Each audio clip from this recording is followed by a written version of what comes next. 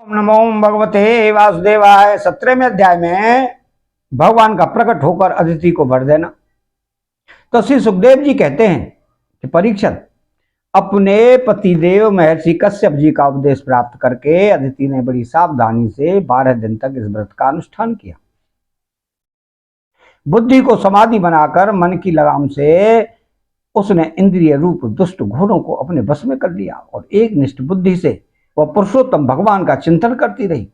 उसने एकाग्र बुद्धि से अपने मन को सर्वात्मा भगवान वासुदेव में पूर्ण रूप से लगाकर पयोव्रत का अनुष्ठान किया। तब पुरुषोत्तम भगवान उसके सामने प्रकट हुए। परीक्षित, वो पीतांबर धारण किए हुए थे, 4 भुजाएं थी, शंख चक्र गदा लिए हुए थे। अपने नेत्रों के सामने भगवान को सहसा प्रकट हुए देख अदिति सादर उठ खड़ी हुई और फिर प्रेम से बेहल होकर उसने पृथ्वी पर लौटकर उन्हें दंडवत प्रणाम किया। फिर उठकर हाथ जोड़ भगवान की स्तुति करने की चेष्टा की, परंतु नेत्रों में आनंद के आंसू उमड़ आए। उसे बोला न गया, सारा शरीर पुलकित हो रहा था। दर्शन के आनंदोल्लास से उसके अंगों में कंप होने लगा था।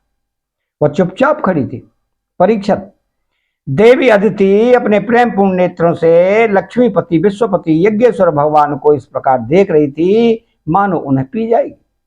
फिर बड़े प्रेम से गदगद वाणी से धीरे धीरे उसने भगवान की स्तुति की। अदिति ने कहा कि आप यज्ञ के स्वामी हैं और स्वयं यज्ञ भी आप ही हैं। अच्युत, आपके चरण कमलों का आश्रय लेकर लोग भवसागर से तर जाते हैं। आपके यश कीर्तन का श्रवण भी संसार से तारने वाला है।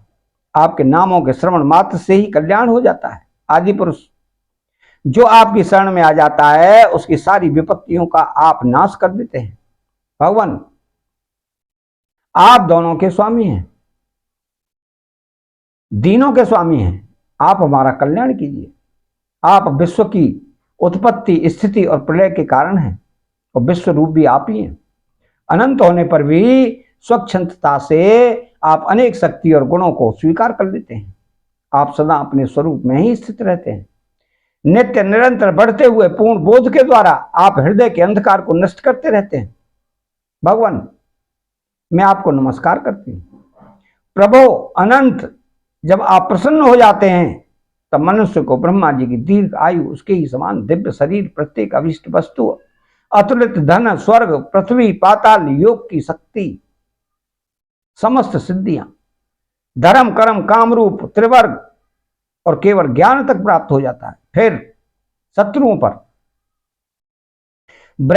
विजय प्राप्त करना आदि तो छोटी छोटी कामनाएं हैं, उनके संबंध में तो कहना ही क्या है।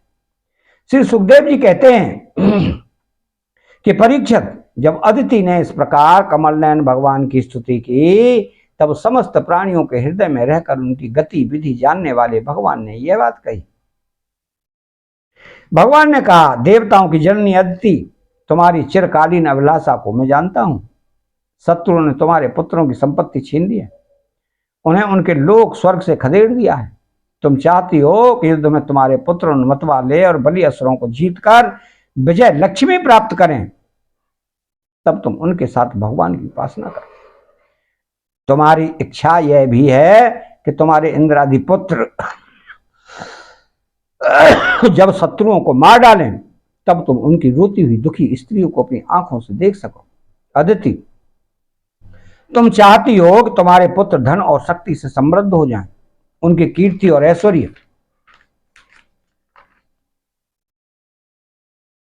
उन्हें फिर से प्राप्त हो जाए तथा वो स्वर्ग पर अधिकार जमा कर पूर्ववत विहार करें। परंतु देवी, वे असुर सेनापति इस समय जीते नहीं जा सकते, ऐसा मेरा निश्चय है। क्यों कि ईश्वर और ब्राह्मण इस समय उनके अनुकूल है। इस समय उनके साथ यदि लड़ाई छेड़ी जाएगी तो उससे सुख मिलने की आशा नहीं है। फिर भी देवी, तुम्हारे इस व्रत के अनुष्ठान से मैं बहुत प्रसन्न हूं, इसलिए मुझे इस संबंध में कोई न कोई उपाय सोचना ही पड़ेगा, क्योंकि मेरी आराधना व्यर्थ तो होनी ही नहीं चाहिए। उसे श्रद्धा के अनुसार फल अवश्य मिलता है। तुमने अपने पुत्रों की रक्षा के लिए ही विधि पूर्वक पयोव्रत से मेरी पूजा एवं स्तुति की है। अतः मैं अंश रूप से कश्यप के वीर में प्रवेश करूंगा और तुम्हारा पुत्र बनकर तुम्हारी संतान की रक्षा करूंगा। कल्याणी, तुम अपने पति कश्यप में मुझे इसी रूप में स्थित देखो और निष्पाप प्रजापति की सेवा करो। देवी, देखो, किसी के पूछने पर भी यह बात दूसरे को मत बतलाना। देवताओं का रहस्य जितना गुप्त रहता है उतना ही सफल होता है। श्री सुखदेव जी कहते हैं कि इतना कहकर भगवान वहीं अंतर्ध्यान हो गए। उस समय अदिति यह जान करके स्वयं भगवान मेरे गर्भ से जन्म देंगे अपनी कृतकृत्यता का अनुभव करने लगी। भला यह कितनी दुर्लभ बात है। वह बड़े प्रेम से अपने पतिदेव कश्यप की सेवा करने लगे। कश्यप जी सब सत्यदर्शी थे, उनके नेत्र से कोई बात छिपी नहीं रहती थी। अपने समाधि योग से उन्होंने जान लिया कि भगवान का अंश मेरे अंदर प्रविष्ट हो गया है। जैसे वायु काठ में अग्नि का आधान करती है, वैसे ही कश्यप जी ने समाहित चित्त से अपनी तपस्या के द्वारा चिर संचित वीर का अदिति में आधान किया। जब ब्रह्मा जी को यह बात मालूम हुई कि अदिति के गर्भ में तो स्वयं अविनाशी भगवान आए हैं, तब वे भगवान के रहस्यमय नामों से उनकी स्तुति करने लगे। ब्रह्मा जी ने कहा कि समग्र कीर्ति के आश्रय भगवान, आपकी जय हो।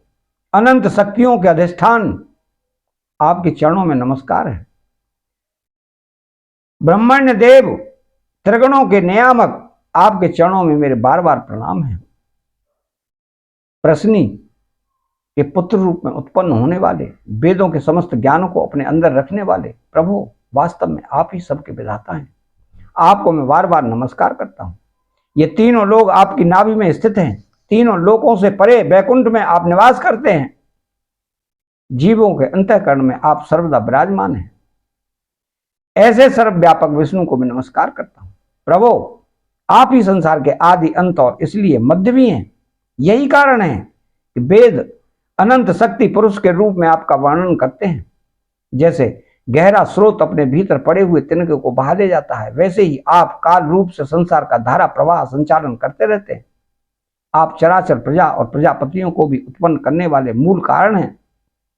देवादिदेव, जैसे जल में डूबते हुए के लिए नौका ही सहारा है, वैसे ही स्वर्ग से भगाए हुए देवताओं के लिए एकमात्र आप ही आश्रय हैं। अतः यहाँ 17वां अध्याय समाप्त होता है।